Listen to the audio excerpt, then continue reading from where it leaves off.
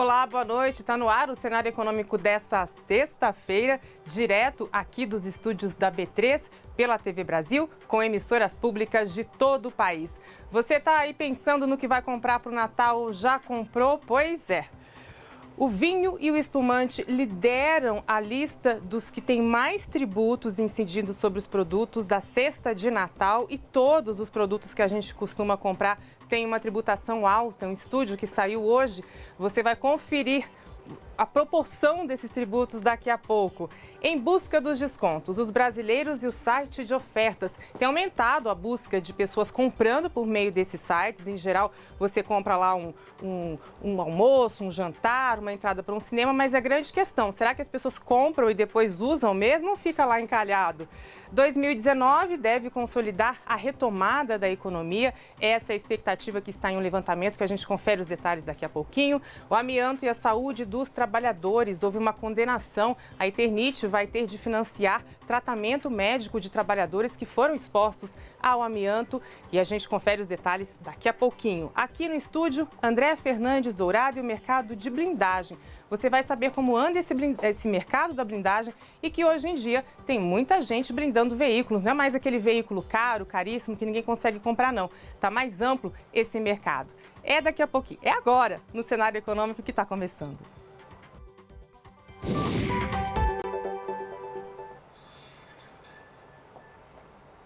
A gente começa essa edição de hoje falando sobre uma pesquisa do IBGE que tentou mapear a relação do PIB em 2016 com a distribuição por municípios. Uma pesquisa que revela muito sobre o nosso PIB, ou seja, onde é que as riquezas estão sendo produzidas, e revela também a dependência de vários municípios em relação ao Estado, aos serviços públicos. São aquelas cidades em que os trabalhadores estão basicamente concentrados no serviço público. São cidades que sobrevivem com a renda gerada pelo pagamento da administração. Em 2016, a gente lembra, o PIB foi revisado agora recentemente pelo IBGE, então revisou para baixo, 3,3%, somou 6 trilhões 266 milhões de reais. 50% do que foi produzido nesse ano, a metade desse valor aqui, foi produzida em 66 dos 5.570 municípios brasileiros, dá um pouco mais de 1%, 1,2% das cidades do país produziram esse PIB, e nessas cidades tem 1,3% da população brasileira. É discrepante, né? São muito poucas cidades e muito poucas pessoas atuando aqui na metade, 50% do PIB, do Produto Interno Bruto. Em 2016, 6 municípios responderam por 25% desse PIB, apenas 6. E a gente tem aqui a lista deles. São Paulo respondeu por 11%, Rio de Janeiro vem em seguida com 5,3%, Brasília subiu, teve incremento em 2016, 3,8%, e os números caem bastante. Belo Horizonte responde por 1,4%, Curitiba respondeu por 1,3% e Osasco por 1,2%. Isso em 2016, eu volto a frisar. Quer dizer, hoje, 2018, a realidade é bem outra. Em 2016, 55% do total de municípios é aquilo que eu falei no começo, ó. As remunerações vêm basicamente do conjunto de serviços da administração pública. Então, são funcionários públicos, diretos ou indiretos, cuja renda desse município é gerada por essas funções. Quer dizer, são municípios praticamente dependentes do Estado. Nesses estados aqui, Roraima, Paraíba, Piauí, Sergipe, Amapá e Rio Grande do Norte, são mais de 90% do total de municípios que tem essa dependência em relação ao Estado. Muita gente pensa, então quer dizer que a gente está aqui financiando um monte de cidades do país, por exemplo, em São Paulo, Rio de Janeiro, mas essa é a realidade brasileira, é desigual, e é justamente isso que a gente tem que tentar desfazer, né? Essa desigualdade toda. É o Brasil. Em 2016 também, relembrando, a cidade de São Paulo é considerada uma cidade-região de São Paulo, porque abrange um entorno de cidades, vai até Sorocaba, e 139 municípios envolvidos nessa cidade-região de São Paulo, que respondeu por 26% do PIB. É muita coisa, mas teve uma queda. Em 2002, essa proporção era de 28,2%. Um grande aumento, a gente destaca aqui, foi na Amazônia Legal, Em 2016, respondeu por 8,6% do PIB e em 2002 respondia por 6,9%. Aqui a gente tem tudo. Tem mineração, tem Zona Franca de Manaus, tem áreas indígenas. Tudo isso está aqui nessa Amazônia legal. Daqui a pouquinho a gente vai falar da tributação para o Natal, mas agora eu vou conversar com Maurício de Almeida lá no Rio de Janeiro, porque, Maurício, presidente Michel Temer e presidente eleito Jair Bolsonaro se encontraram, foram ao litoral sul do país para inaugurar um submarino. Ele vai monitorar a chamada Amazônia Azul, Maurício. Detalhe isso para a gente. Boa noite. Boa noite, Vanessa. É isso mesmo. Eles participaram da cerimônia de lançamento do submarino Riachuelo, no Complexo Naval de Itaguaí, que fica no litoral sul aqui do Rio de Janeiro. A primeira-dama, Marcela Temer, batizou a embarcação e, seguindo a tradição da Marinha, quebrou uma garrafa de champanhe no casco do Riachuelo, que tem 72 metros de comprimento e pode levar uma tripulação de até 35 pessoas. Esse é o primeiro submarino que foi completamente produzido aqui no Brasil. O Riachuelo tem uma autonomia para ficar 70 dias submerso e será usado no patrulhamento do litoral brasileiro, essa chamada Amazônia Azul. Ele vai cuidar principalmente das reservas do pré-sal e também de outras reservas marinhas que existem em toda a costa do Brasil. Ele é o primeiro submarino de uma série de 4 submarinos convencionais e um nuclear que estão sendo construídos pela Marinha. O custo total dessas embarcações é de cerca de 52 bilhões de reais. O presidente Temer falou que o Riachuelo é fundamental para as estratégias de defesa do país e para o desenvolvimento tecnológico. Sobre o futuro governo, Temer dirigiu-se a Bolsonaro durante o discurso e disse ter a mais absoluta convicção de que o presidente eleito e sua equipe farão um extraordinário governo, não só pelo que revelaram as suas falas, mas pela história de Bolsonaro e daqueles que compõem a sua equipe, completou Temer. Já o presidente eleito apenas acompanhou a cerimônia e não discursou, seguindo as regras do cerimonial da Marinha. Mas na hora de apertar o botão para lançar oficialmente no mar o submarino Riachuelo, o presidente Michel Temer, logo depois de ser anunciado, convidou o Bolsonaro para também apertar o botão. Os dois apertaram juntos e também quem participou da cerimônia foi o comandante-geral da Marinha. No final da cerimônia, Jair Bolsonaro voltou para casa, na Barra da Tijuca, que fica na zona oeste do Rio de Janeiro. Ele não tem mais nenhum compromisso oficial hoje e também no fim de semana. Na próxima semana, Bolsonaro permanece aqui no Rio de Janeiro. A princípio, ele só retorna para Brasília no dia 27 de dezembro. Aí sim, vai ser uma mudança definitiva. Bolsonaro vai para Brasília e toma posse no dia 1º de janeiro como presidente da República. Vanessa.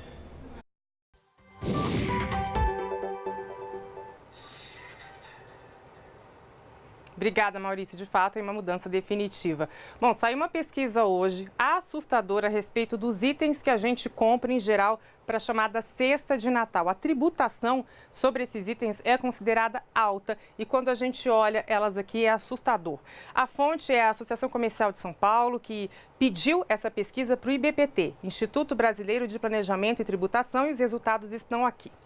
Vamos começar pelas bebidas, que são os valores, a proporção de impostos sobre o produto mais alta, quer dizer, quase 70% do preço de um vinho importado, por exemplo, que você paga é em tributo. Porque esses itens aqui, que são as bebidas, sobre eles também incide o imposto sobre produtos industrializados. Então, claro, ele fica mais elevado e no caso do vinho importado também tem imposto sobre importação. Então, quando você comprar um vinho importado para a noite de Natal, por exemplo, 69,73% do preço equivale a tributos. Aí você já faz a conta e já vê o quanto se paga em tributo. Espumante, quem não quer um espumante para o Natal ou para o Ano Novo também, 59,49% do preço, 49% do preço é tributo. Cerveja, 55,60% e o vinho nacional também uma tributação alta, 54,73%. Mas aqueles itens da ceia que vão para a mesa também são elevados. Azeitonas, 36,50%, castanhas, nozes, frutas cristalizadas, que tem que ter e hoje em dia faz parte da dieta de muita gente, 36,45% do valor é tributo, 34,63% no caso do panetone, peru, frios e tender, 29,32%. Ou seja, não tem como tem que andar muito, mas ainda assim é difícil conseguir uma ceia de Natal com valores acessíveis por conta desses tributos. A gente sabe, as pessoas dão um jeito, se viram, substituem coisas, mas sempre pesa, né? Quem está montando aí a ceia de Natal, o dia seguinte, já sabe que vai gastar um pouquinho mais. Agora a gente vai para a redação da TV Brasil aqui em São Paulo conversar com Gabriela Santilo, porque cada vez mais as pessoas têm feito compras por meio daqueles sites de descontos. Gabi, boa noite, conta os detalhes pra gente. Oi, Vanessa, boa noite para você, boa noite para todo mundo. Muita gente já compra pela internet, né? Já é algo bem comum isso. Mas o que a pesquisa do SPC Brasil e da Confederação Nacional de Dirigentes Lojistas revelou é que, na verdade, poucos usam sites de ofertas e descontos. Só 28% dos consumidores que compraram pela internet no último ano, só 28% usaram esse tipo de site, esse tipo de aplicativo. Entre os que usaram, 43% compraram entradas para shows, teatro, cinema ou casas noturnas.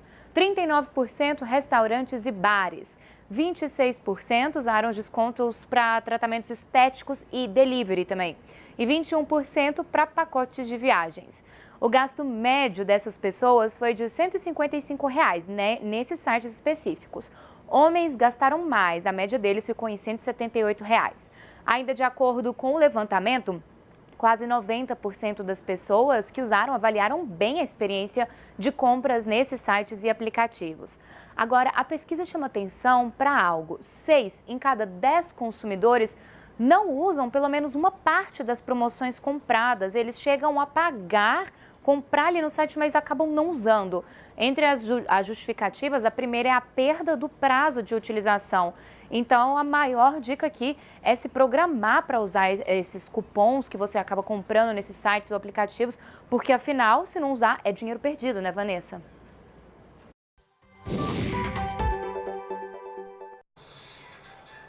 Com certeza, Gabi. Agora não é hora para ficar se perdendo dinheiro, né? Dá para um amigo, então, meu Deus do céu, mas não deixa perder a data.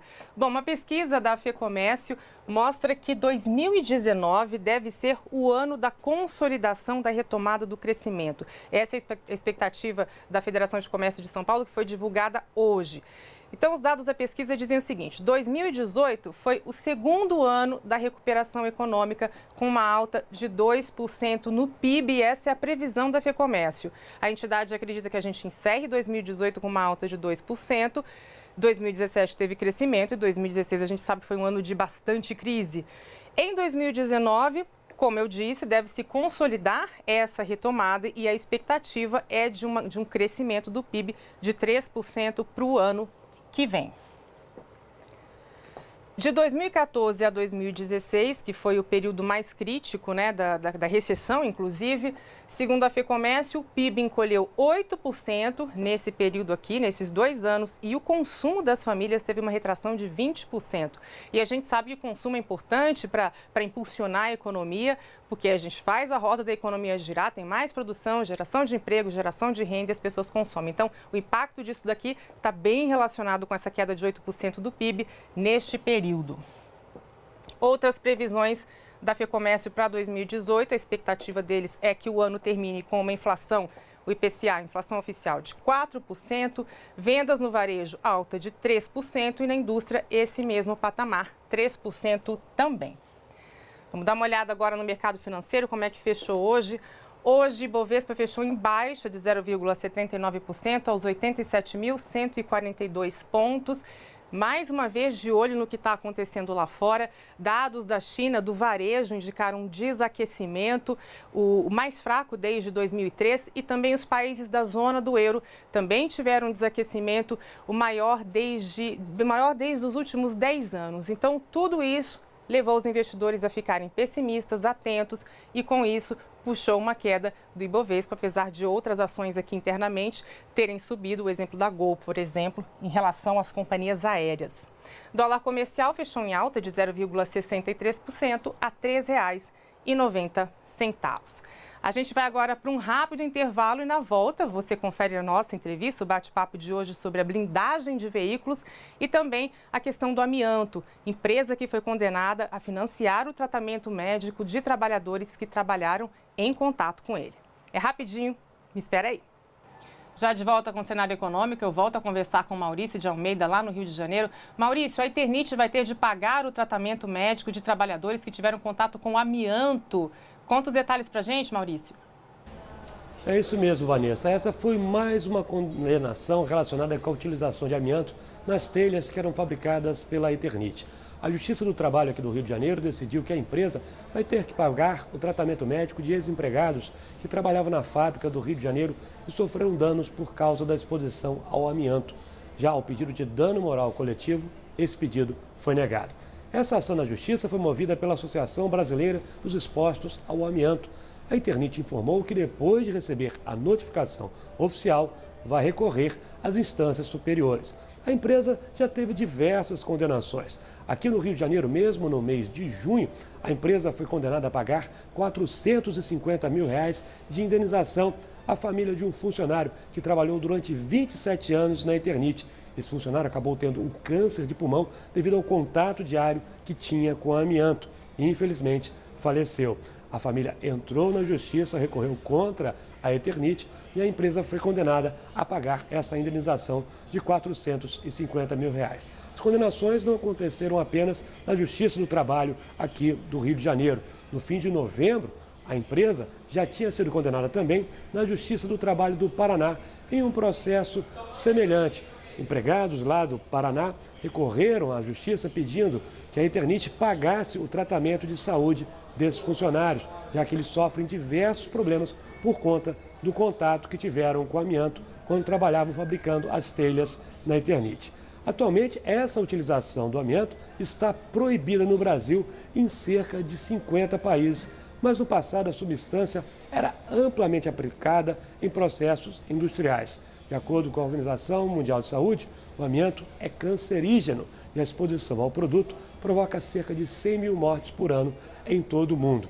Aqui no Brasil, como está proibida a utilização do amianto, a Eternit, obviamente, não utiliza mais o produto na fabricação das telhas. Mas uma série de complicações, a empresa acabou entrando num processo de recuperação judicial. Teve grandes prejuízos por conta justamente dessa crise provocada pelo amianto, uma substância que era amplamente utilizada e que foi descoberta sendo uma substância cancerígena, altamente tóxica para a saúde. Ainda bem que a substância está banida, a utilização dela aqui no Brasil e em outros 50 países do mundo. E é bom sempre ficar atento, fiscalizando. Se você trabalhar em algum lugar onde o amianto ainda está sendo utilizado, denuncie isso ao Ministério Público do Trabalho, porque a saúde é mais importante. Bom fim de semana, Vanessa.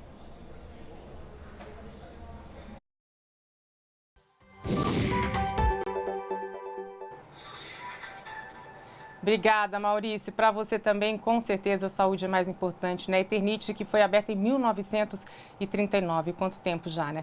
A gente vai falar agora sobre a blindagem, o mercado da blindagem. Eu recebo aqui André Fernandes Dourado, diretor comercial da Emileia, que é uma empresa especializada em blindagem, né? No que se refere a vidros, especialmente. Muito obrigada por sua presença aqui. É verdade que hoje em dia dá para qualquer um blindar o carro? Já não é mais um requinte só para carros muito luxuosos? Oi. Boa noite, Vanessa. Boa noite. Você tem razão. A blindagem, durante muito tempo, ficou muito restrita à classe A, mas hoje a classe média já participa bastante desse mercado da blindagem. Então, sim, é verdade. E a classe média participa, como você disse, por questões de segurança, por causa do aumento da violência urbana, essa insegurança. Esse é o principal motivo, claro. Sim, eu acho que todos, né, que vivem nos grandes centros têm esse medo, convivem com essa violência e procuram se proteger de alguma forma. E o carro blindado, a blindagem é uma dessas formas. Agora, o que seria esse carro, assim? Quanto fica o valor de uma blindagem hoje em relação aos carros médios, vamos dizer assim, em torno de 40 mil reais, 50 mil reais? Esse custo da blindagem, ele compensa ou é um investimento de fato que a pessoa faz? Eu acredito ser um investimento, tá? É um investimento na segurança. Quanto fica em média a blindagem de um carro? Ela varia em torno de 50 mil reais, tá certo? E varia também de blindadora para blindadora. Então, você tem essa variação no mercado. Então, é bom sempre fazer as pesquisas, procurar blindadoras idôneas, com histórico, para poder escolher a melhor opção. E a gente tem mesmo pessoas com carro de 40, 50 mil reais fazendo blindagem hoje em dia? Sim, os carros populares também. A gente identifica isso muito na questão familiar. O pai com o filho, o pai com a filha, entrou numa faculdade, o primeiro carro, então busca um carro popular que não chama muita atenção, mas que dá a segurança necessária. Mas a grande parte do mercado ainda é de carros de valor mais alto, né? Sim, com certeza. Continua Os carros de luxo são a grande fatia do bolo, tá? São carros, a gente pode chamar de carros premium, mas você tem carros como Corolla, SW4, Jeep Compass, que tem uma rotatividade muito grande nesse segmento de blindagem. São os que lideram. São os que lideram. E quem são as pessoas? Qual é o perfil hoje em dia? Quem é que mais pede carro blindado no país? Olha... Por profissão, por exemplo. São os artistas, não? Olha, você tem todos os públicos, né? O empresário, o corporativo, o artista, o cantor, a pessoa física. Então, todos que sentem a necessidade de proteção buscam essa opção na blindagem. É dividido de forma igual, então não tem uma profissão que se destaque nesses pedidos? Não. Em relação às regiões do país, tem região que mais usa blindagem do que outras? Sim. São Paulo é o campeão, deve ter 50% das blindagens. Na sequência vem Rio de Janeiro, por volta de 20%, 25%. E o Nordeste com 20%. Então, essas três regiões praticamente ocupam toda a blindagem, toda a demanda da indústria. E é curioso, né? Porque São Paulo tem uma participação muito maior do que Rio de Janeiro, né? Quer dizer, a sensação de violência aqui parece que é maior? Sim, né? É a questão da violência urbana, né? Sim. E sem falar que também São Paulo é uma cidade que tem números de habitantes muito maior do que o de Rio de Janeiro, então proporcionalmente reflete sobre isso daí. E existem regras, por exemplo, se eu quiser blindar o meu veículo, eu preciso de uma autorização especial, tem burocracia, ou é só chegar lá e contratar o serviço e blindar? Não, tem regras, exigências. Tá? É o Exército que determina isso, tá? Você tem documentos específicos, tá? E você acaba necessitando de todos esses protocolos para poder ser um usuário de carro blindado. Perfeito. E aí, quanto tempo leva? Quem está interessado em blindar, quanto tempo vai levar esse processo burocrático para a pessoa já se programar? Mais ou menos aí você estima? Olha, normalmente em torno de 45 dias entre colocar o carro e tirar ele de lá blindado com toda a documentação. Já garantido. E hoje em dia também não é só carro que se blinda, né? Tem gente blindando o escritório, quer dizer, se blindam também prédios. Sim, a gente chama de blindagem arquitetônica, né? Então você tem casas, janelas, portas, lotéricas, prédios com guaritas. Então a blindagem ela começa a entrar no cotidiano, na rotina das pessoas, tá? Tudo em busca da segurança. E aí se blinda tudo, parede, vidro, como se fosse um carro, só que blinda o prédio. Na verdade, o prédio que você blinda é a guarita. Certo. São os vidros da guarita. Certo. Então, isso garante que a pessoa que está lá dentro fica protegida e pode efetuar o procedimento dela de entrar em contato com a empresa de segurança, a polícia. Ou seja, ela vai ter o tempo necessário para poder buscar um recurso. Buscar um recurso a mais, né, para se defender. E a blindagem de vidros, né, é o que mais é aparente, especialmente nos carros aqui que a gente está falando. Essa blindagem, ela teve avanços em relação à qualidade, proporção, tamanho do vidro? Sim, a construção do vidro blindado, ele é formado por placas de vidro e polímeros, tá? Esses materiais vão dentro de uma máquina, que é uma autoclave, e através de um processo controlado de temperatura, pressão e vácuo, ele se funde e sai a peça blindada, tá certo? Desculpa. Perfeito, e aí a pessoa fica com mais segurança e um vidro de melhor qualidade, né? Sim, Obrigada por sua presença aqui. Ok. Cenário Econômico fica por aqui. Um bom fim de semana para você. Boa noite. Até segunda-feira.